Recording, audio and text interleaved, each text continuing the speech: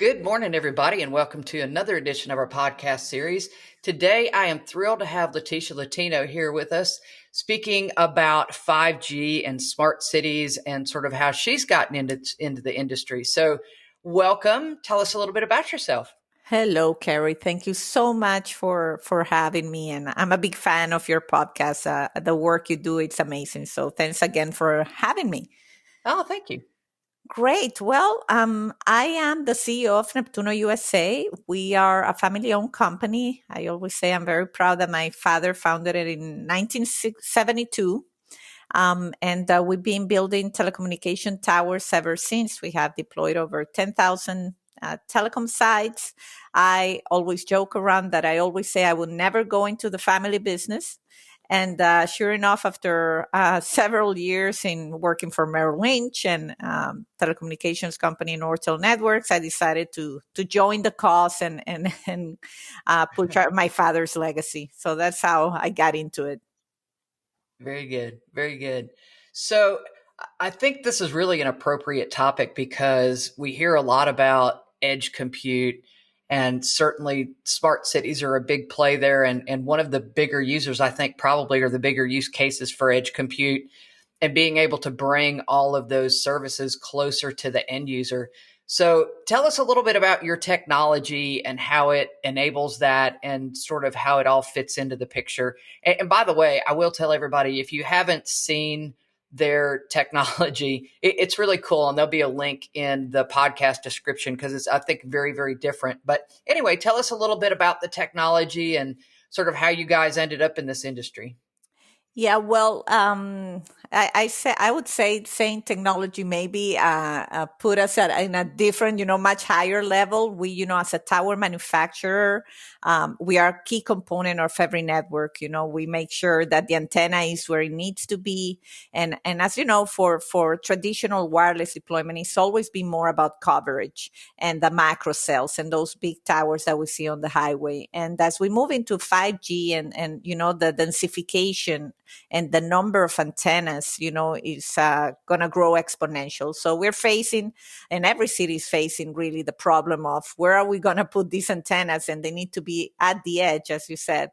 And so with that, we've found partners that have focused more on the artistic side. I'm a firm believer. I always say I'm in technology, but I'm a citizen as well, and I don't like to see ugly antennas everywhere. I think we have to do this the right way.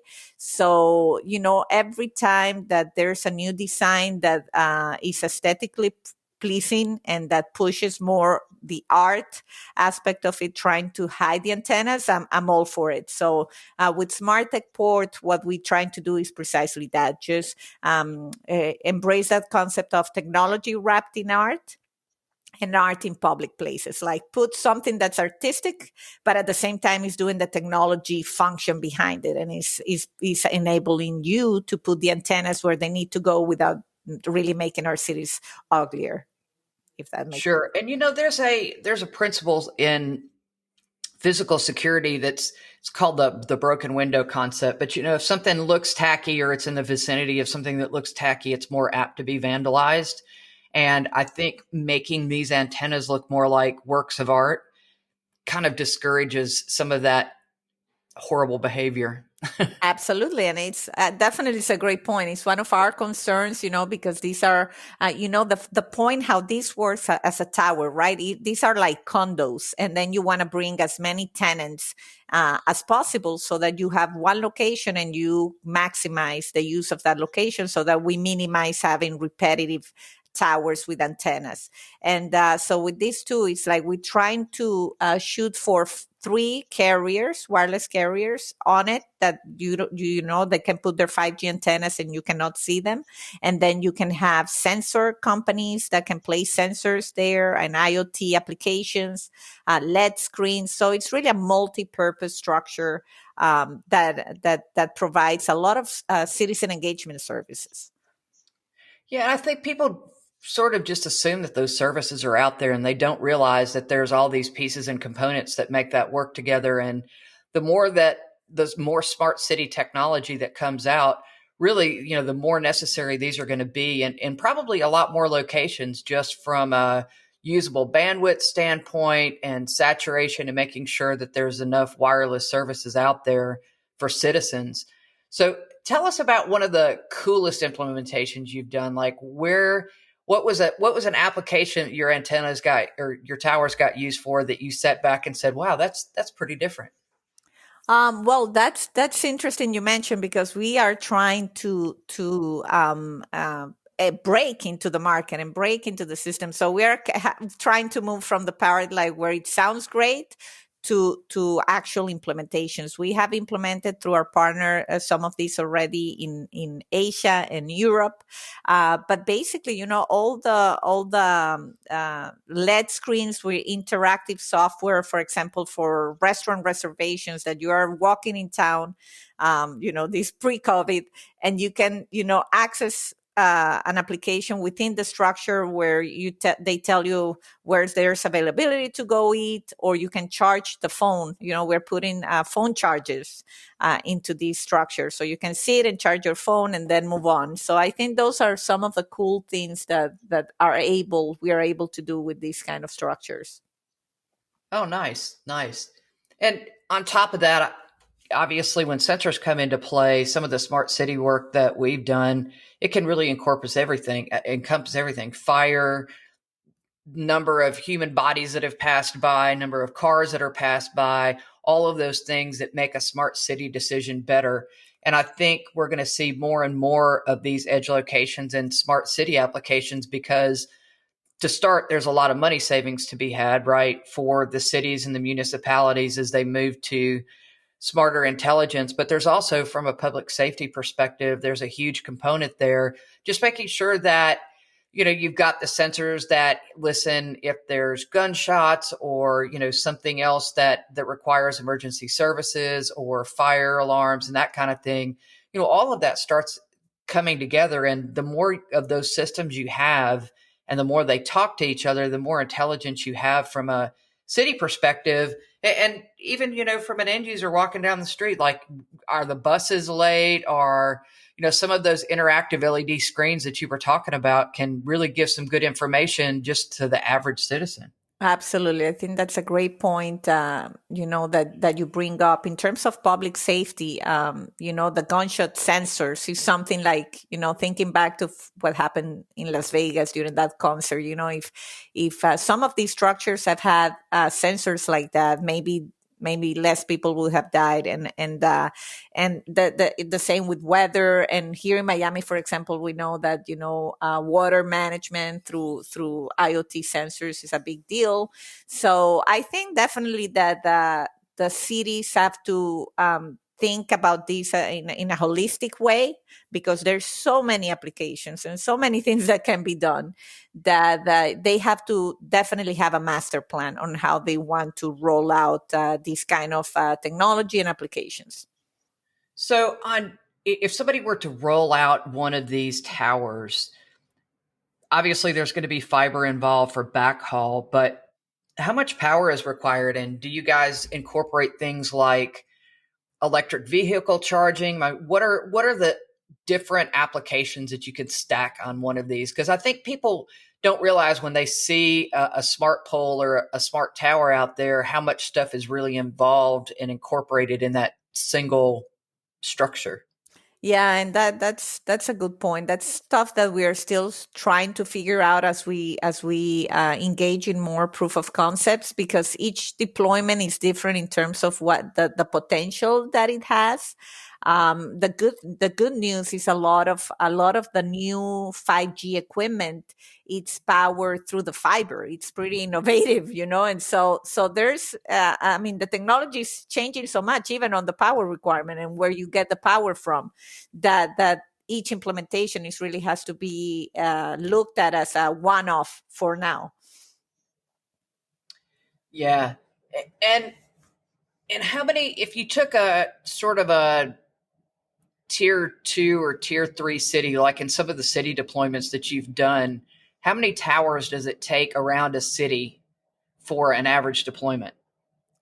Well, that's really depends on the the RF design for the carriers. It's more, we don't get involved in in that part too much. We provide, we provide the smart city condo where to put the infrastructure. I think what the cities have to do is to identify, there's so many permits, for example, that get stuck at the city level. And this is, the current battle. We are in a very litigious moment right now because it's really the cities trying to prevent more antennas, which is understandable, but at the same time, you have to have the technology deployed. This is not something you're going to be able to stop by halting permitting. So you have to find a compromise. And our vision there is the cities know where carriers are needing or wanting to put the antennas. And many times it's let's say the downtowns or the most beautiful place on the city where no one wants an antenna because it's going to spoil it. Right. So that's where the cities have to identify, like, this is a very requested site. Let's put one of these, and now you provide the carriers with an option. Okay, I cannot give you the space you are asking me, but I'm giving you this one that should work too for your design. So it's really working together with carriers in terms of what do they need for locations wise. And that's a good point. A lot of cities have these crazy ordinances, and you see these cities where you can't have a sign that's over 4 feet high off the ground, and you can't have this and you can't have that because they're trying to keep the city looking a certain way. And being able to incorporate technology in an aesthetically pleasing manner is, I think, getting to be a more important thing than, like you said, just seeing a bunch of antennas strung all over a building. To have something that looks good and contributes to the scenery of a city. Correct. And we're not going to move into smart cities era with old fashioned legislation, because right now there's no legislation in many cities for street furniture. And more you see, for example, bus stations with solar panels, and you start seeing the technology starting to trickle in, trash cans, also that have 5G equipment and those kind of things, but they don't have regulation for that. So if sometimes it's so strict that even if the technology is going to bring benefit to the city and its citizens, is not allowed to be there just because the legislation wasn't written or considered things like that. Well, and to be fair, a lot of cities were not designed even with transportation in mind. So, No. the roads were kind of an after effect. And you see this in a lot of the really big cities. There's no way to widen a road. There's no way, because there's buildings in the way and everything else. And so it really becomes part of that city's master plan, and having the buy-in, not just of the city board of supervisors, but also that, the people that live in the city, because ultimately they're the ones that are going to vote for bond issues or whatever that starts bringing about that smart city legislation. And certainly some of the work that we've been doing with smart cities has proven that if you don't have buy-in of the residents, it's just not going to be a successful project. It doesn't really matter how much you're going to contribute to their way of life. If they don't believe in it, it's just not going to happen. I think that's a key point, Carrie. I emphasize, when you see cities and countries that have had successful experiences. I mean, for example, the city of Amsterdam, they just celebrated their 10th anniversary, 10 years that they've been at it. And one of the success components for them was that they engage the citizens very early on. They created competitions and say, what services would you want to have brought to the city that are based in technology? And that's what they rolled out first, based on the citizens' needs, because at the end of the day, never before we build the cities around technology. This is a very unique time. And now more than ever with COVID, if anything, it has just accelerated. I have my kids right now, as we speak, doing online learning at home. So everything is revolving around technology and how we roll it out. And so it's very important for city officials to feel comfortable and understand the technology that's coming to us right now. Well, and you bring up a really great point, because the digital divide is huge. There's, I've got a pair of the industry, and him and his mother build schools in India, and they don't even have connectivity. And to believe it or not, there's a great digital divide here in the United States too. And there's a lot of grant money out there to help solve that. And, people don't really know that these grants exist in a lot of these cities that don't know that these grants exist. And it's not just the city, it's the rural areas too. But there's about 1 million people in the United States, or 1 million households, that have literally no access, no dial-up, no anything, and about 5 million people in the U.S., roughly, depending on what study you read, that don't have access to broadband communications. And COVID certainly shined a light on these folks that really just, these kids can't do remote learning because there's no remote services, and people have had to figure out where they're going to work for the day. And even some of the hotels now that are having trouble because there's not a lot of business travelers, are renting out their rooms as day suites just so people can have their internet access and a quiet place to work. So I think we're really sort of at the front end of seeing some big changes and a lot bigger demand for smart cities. And I think we're seeing more people move to smart cities just for some of those benefits, because they want to be able to work from anywhere. They want to be able to have their kids learn from anywhere. And it's become really sort of where connectivity is just like power. You expect it to be there and you expect it to work. Yeah, it's considered the four utility broadband connection, and even the real estate pricing in the market, it's now contingent sometimes upon, is there fiber to the home? Is there, what kind of connectivity I have if I'm buying a home in a certain location? So yeah, I think definitely more important than ever before. I've been fortunate that through, I was appointed last year to the Broadband Development Advisory Committee at the FCC. And I've been really blown away because I've been part of the industry for many, many years, but I never really gotten involved at that level. And the work, that even the FCC has done, and the programs that they have pushed, to try to shorten that gap and break the digital divide is amazing. But if it doesn't have the collaboration of the private sector, it's a problem that we're never going to solve. And so it's definitely important to highlight it. And as you say, also to educate citizens, because as someone that has been in the tower business all my life, basically, I was born into it. And I remember seeing my dad, his company put in a tower in Venezuela where there was no connectivity. People would come hug him because now they had a phone. And Right. we have lost that. People don't understand. You see people trying to sign petitions to prevent a tower from going up. I understand it's ugly, but this is giving you connectivity. This is giving you the ability to call 911 if you have a problem. This is giving internet to your kids. And people have really come desensitized. I don't know what you call it, to this fact that this is important infrastructure that we need to deploy in order to give you the services you want and need.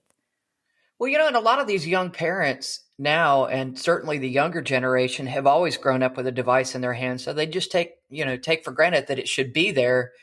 And they don't realize that there's a lot of places that it just doesn't exist. Certainly when I was traveling globally, I learned that.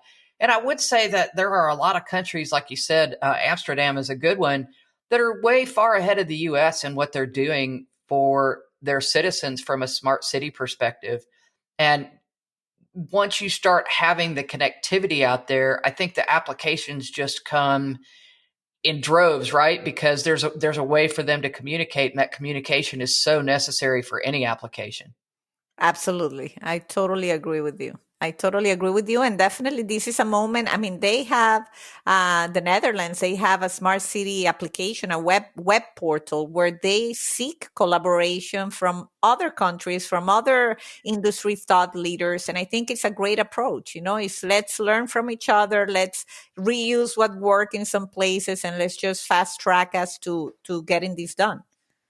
Yeah, and even some of the smart cities I've talked to in the US are starting to do that same kind of thing. They have like IoT labs, and they partner with a college, and they have part of the, part that's reserved for city services, obviously, that works at a higher priority, but some that's out there just for testing, and they're building entire college curriculums around IoT and communications and how smart cities work. And I think that, to your point earlier, that public-private partnership is just really, really important to make sure that needs are being met all the way around, because cities may not have the budget, or if they have the budget, they may not have the expertise, and vice versa. You might have companies that want to do smart city applications, but without buy-in from the city, it's not going to work. So I think those partnerships are just critical to make this whole situation work. Yeah, absolutely. And I think there's the private sector is very willing. Like in our case, the city doesn't pay for the structure. We put the structure at no cost to the city. Of course, we have to collaborate. They have to provide a space for it. But really, how you monetize the model is the carriers keep paying a lease that they're already paying, to a tower manufacturer, to a tower owner. So the model is almost the same, but now you bring the city into it in a place where you say, okay, I know I have to have antennas come into the edge, so they're going to be closer just by nature of how 5G is. You need those antennas closer, almost street level, to in the city. So how am I going to do that without compromising how it looks? You have to make a decision. You cannot just keep delaying by not permitting.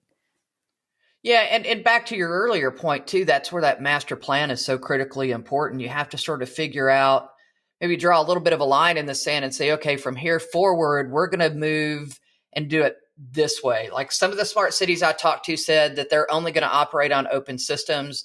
Other smart cities keep building things on top of their geographical information systems for different city services. But then, if they change their GIS package, they kind of locks them in, right? They can never change that GIS package. But so there's different ways of doing that. But I certainly think that consulting in that space and getting the right people in there that have had exposure and can kind of talk you through some of those things is really important.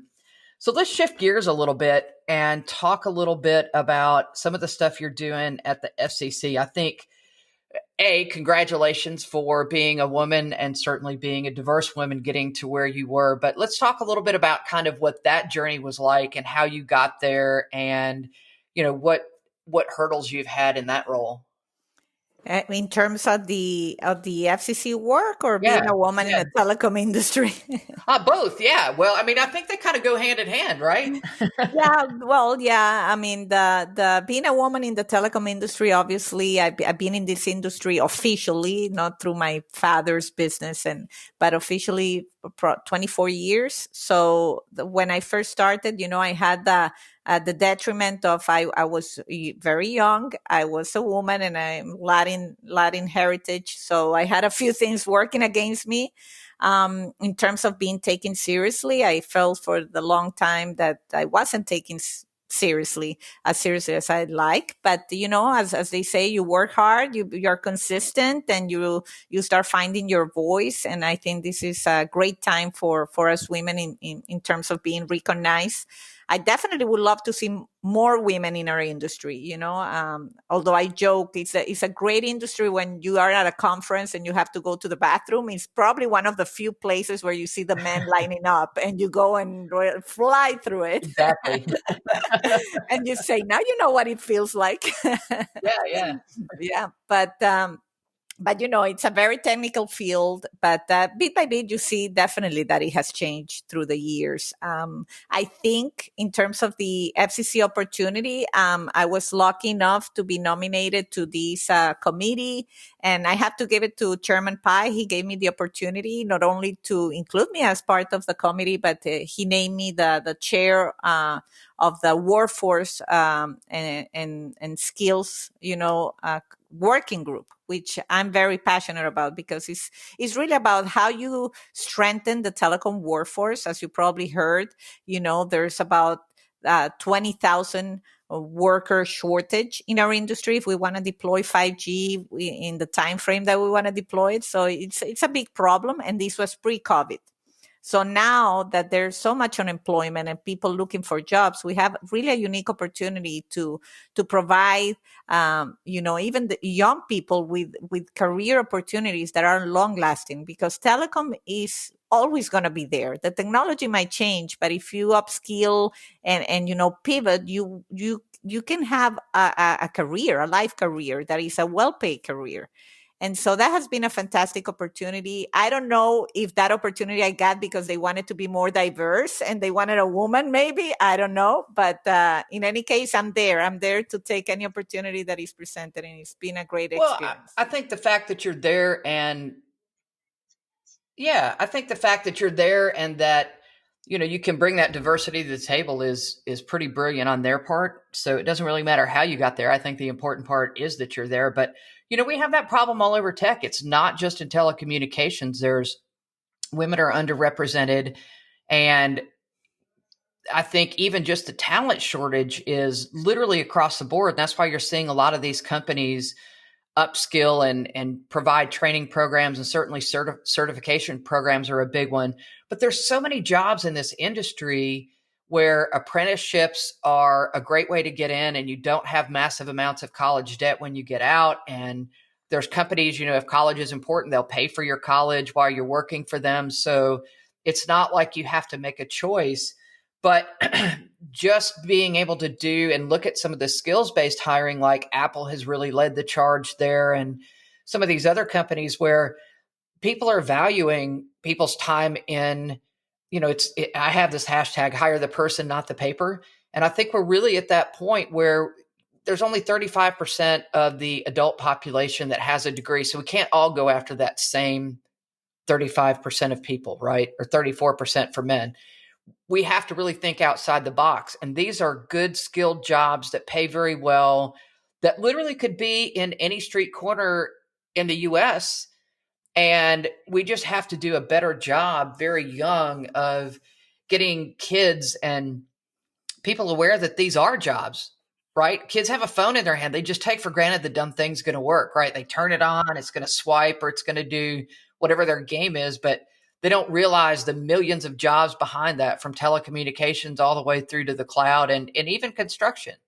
Absolutely. I think, and I think your podcast, by the way, it's a fantastic example on how you can contribute and put your grain of, contribution towards raising awareness. And that's why I was very excited when you invited me to be part of it. But I think you bring up a brilliant point, is that there's so many jobs in telecom to make it happen. But even more that these are exciting jobs. Like these are jobs that sometimes I understand that, for example, tower climbing is not for everybody, but Not for me. Definitely yeah, not for me. Not for me. and that's the one you think of at first, right? When you talk about these jobs, but there's a lot of different jobs that do not involve tower climbing. But I give this an example because there's a lot of young kids there that are adventurous, that do not like to work behind a desk. They like to travel. This is a job that provides all of that. At the view these guys get on each tower when they climb it, it's the best view. These are the best views ever. And Yeah, well, I'm happy for them. yeah. But the point is, a lot of kids don't even know about this as a possibility. They don't know. And we already produce a recommendations report that is public, and you can go to fcc.gov under the BDAC committee, and you can see what our working group recommended that we needed to do. But one of the main things is we recognize there's a brand identity crisis for the telecom/broadband industry. Like, people get confused. We hear about 5G. We sit in front of our TV. We get the carriers pushing, 5G, and it's so great, and it's that, but they don't explain, like, what is it? Why is this a change? Why is this a big deal? And why we need the workforce to deploy it. So I think there's an opportunity there to really highlight the aspect of, you can come into the workforce, and it can be a diverse workforce, because a lot of these jobs don't require that you carry heavy stuff. There's a lot of women that climb towers and fix an antenna and make a repair. And so there's really a lot of options. And as I say, through apprenticeship, the telecommunication industry has TIRAP, which is a telecommunication specific apprenticeship program that it's endorsed by Department of Labor. And just this year, they granted $6 million for the apprenticeship program to be expanded. And if you want to know more, the Wireless Infrastructure Association, WIA, is let's say the program manager, so to speak. So you can go there and find out more.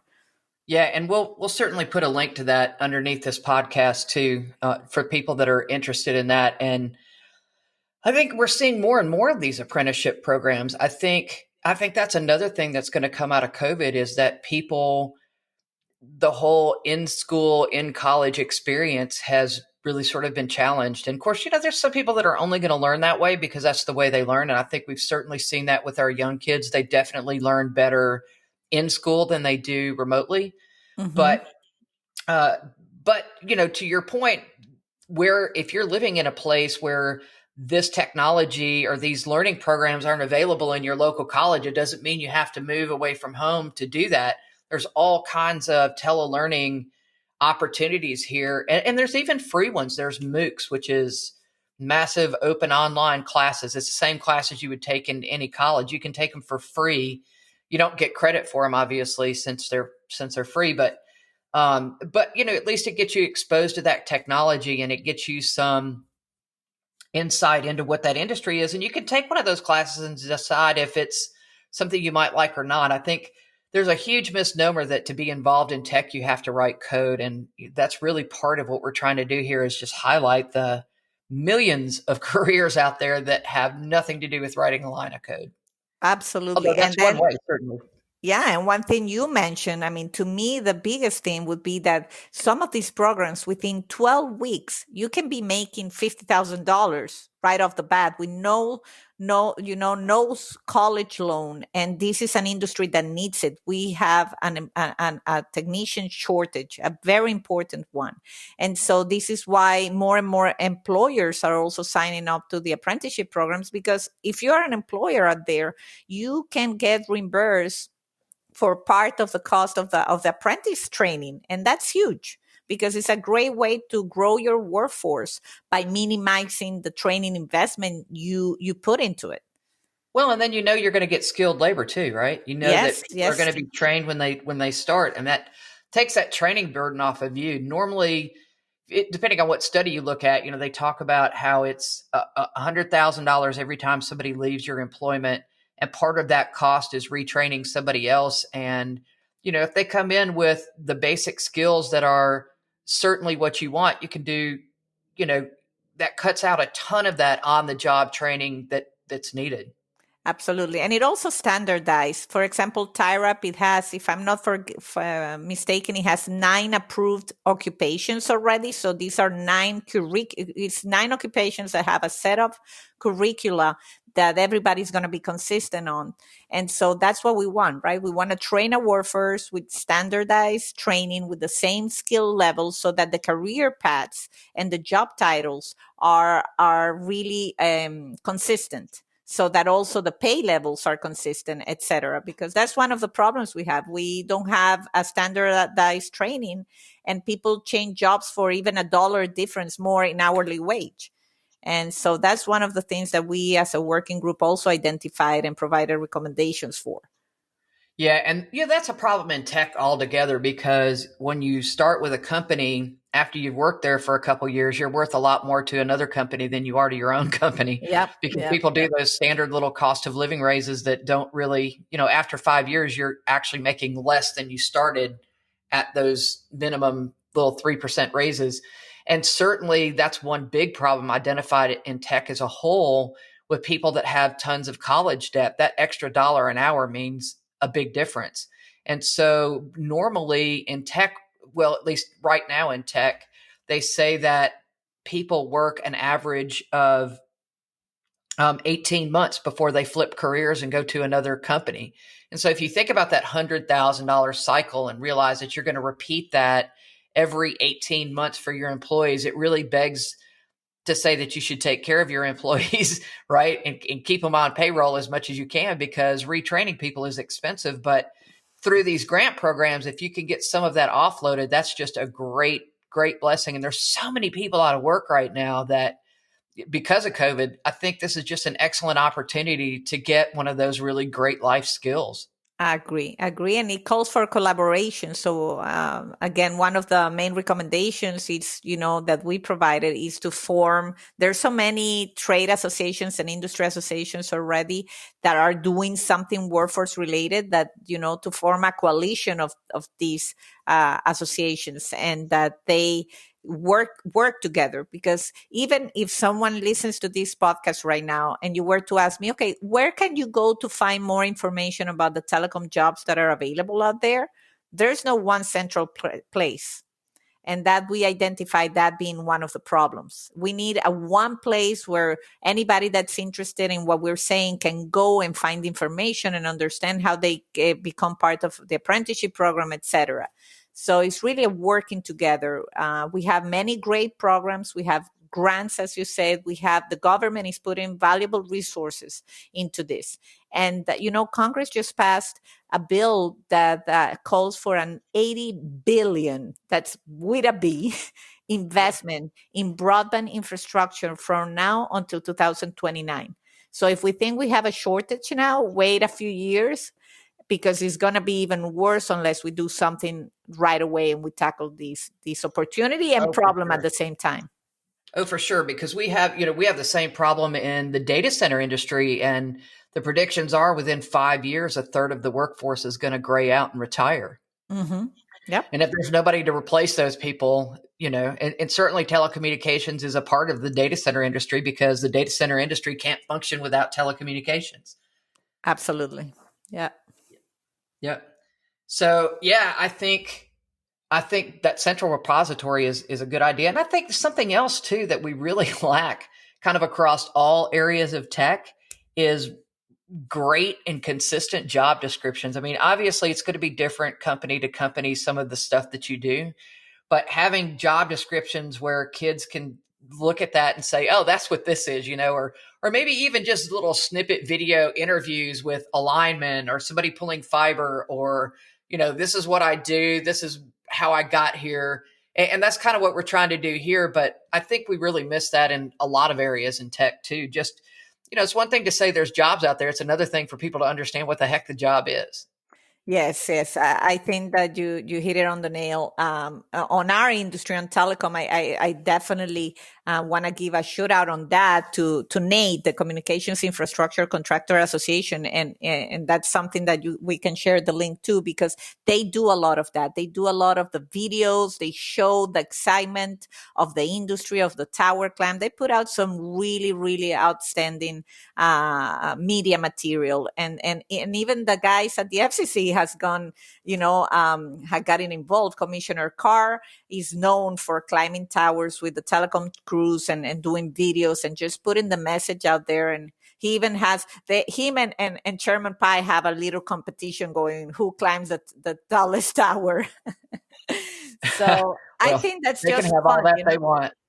Yeah, I but can guarantee you he will not be climbing the tallest tower. yes, yes. But I think when you see people at that level to willing to, roll up their sleeves, a lot of people may say, "Oh, well, is there a need to do that? Why don't they do other kind of work?" I think it's important to really go down to the workers and technician level and put yourself in their shoes, in how's their day to day, what their challenges are. And I think, that really shows in what It they're does. doing.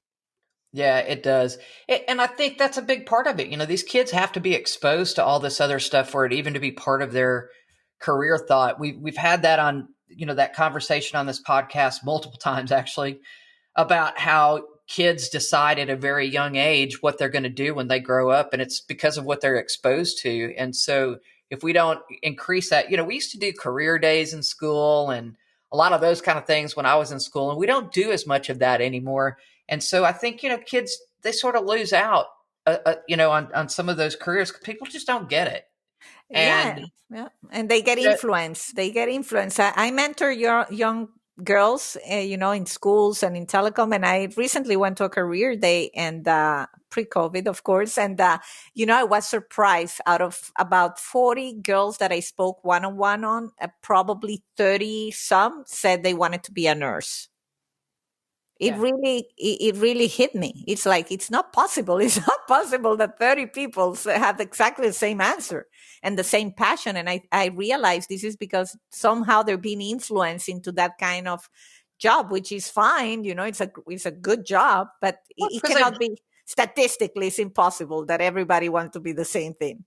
Well, that's because that's what they've seen, right? Growing up, they've all been to the doctor, they've all seen girl nurses, and although thankfully it's at least a STEM degree, which is, we've come a long way where girls are considering that first. But yeah, I mean, it's because that's what they were exposed to, and that is part of the problem is that I think people don't realize there's a really sexy side of tech when you talk about all the different places you can travel and things that you can see and places you could go and people you can meet. And it's pretty amazing that that exists out there. And we just have to do a better job, I think, of really talking about the benefits of a lot of these jobs and how fun they are, and kind of the satisfaction too. I mean, think about turning up a tower in the first time in a community where they haven't had any internet.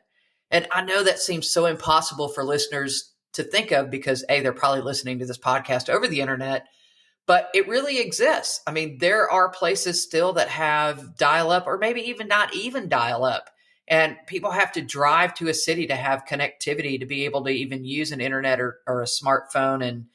And there's places in the world where that's not even an option. So, imagine just turning that experience on for somebody in the first time, how cool that would be. Yeah, no, I've been lucky that I've seen it firsthand, and also after a hurricane. We work a lot in the Caribbean, and when these hurricane, even here in Florida, when a hurricane goes by and people realize that they have no coverage, that I think that's one example where it really hits them of how precious this infrastructure is, and that it can really would take it for granted. Yeah, I was in Colombia once and the entire internet went down. And to be in a foreign country and have no connectivity is a scary feeling because the internet Hmm. went down for the entire Yeah, country. yeah, yeah, yeah. And then after about Imagine. 2 hours, it was like, this is liberating a little bit. Or Yeah, there's always email. that downside. Yes. Or say when it comes back on, it all catches back up to you. But yeah, but it is. I mean, once you start taking that for granted, when it goes away, it is a freaky feeling. Yeah. And not to put a plug again for telecom workers, but we were named an essential industry for the first time during this pandemic in March. Our industry was recognized an essential industry. We think, of course, of the nurses and the doctors and the teachers that have made us, our life easier during the pandemic, but also our telecom workers. Without them, we wouldn't be having this conversation. Well, without telecommunications, we wouldn't have telemedicine either. And that's how a lot of people had access to doctors and nurses during this time. Correct, correct. But we get that people forget, and that's why part of my new mission is to just bring awareness to the importance, but also to ensure. And if you choose to go down this path of telecom, then you're an essential industry, you're a sought out technician or professional. There's many positives out of this, and there's many big companies, worldwide companies, that hire in the U.S. Technical, specialist. And as you say, this can give you an opportunity to go travel the world and learn from another culture. Sure. And telecommunications is a little bit different in each country that you go to too. So, there's the opportunities to learn in and around telecommunications are really lifelong learning experiences. Well, it looks like we are just about up on time. So if you wanted to leave anybody with some parting words, and certainly we'll make sure that we put links to all this, all the places we talked about in the chat so people have access to those. But if you wanted to leave people with some parting words of wisdom, what would you say? Well, I say if you're a young person trying to look for what to do, or a misplaced worker or someone that just looking for a career change, definitely look into the telecom industry, see what it has to offer. But most importantly, and broadening the scope is, we all have to pursue our dreams, and, thinking about, women in technical fields and women in technology, I say the sky's the limit. We have proven that we can do anything we set our minds to do. So never allow a label or a judgment of someone stop you from what you want to pursue. I think that's, yeah, absolutely. Well said. Well said. All right. Well, Leticia, I thank you so much for taking time out of your day to chat with us. And like I said, we'll make sure that we have links to all of this out there in the description for the podcast. But for those of you that are listening, we certainly hope that you got some good wisdom and enjoyed this as much as I did. And we look forward to hosting you on another edition of our podcast series. Thanks, Thank you, everybody. Terry. Thank you so Thank much, you. Terry. Thanks for having me. Absolutely. Thanks for being here.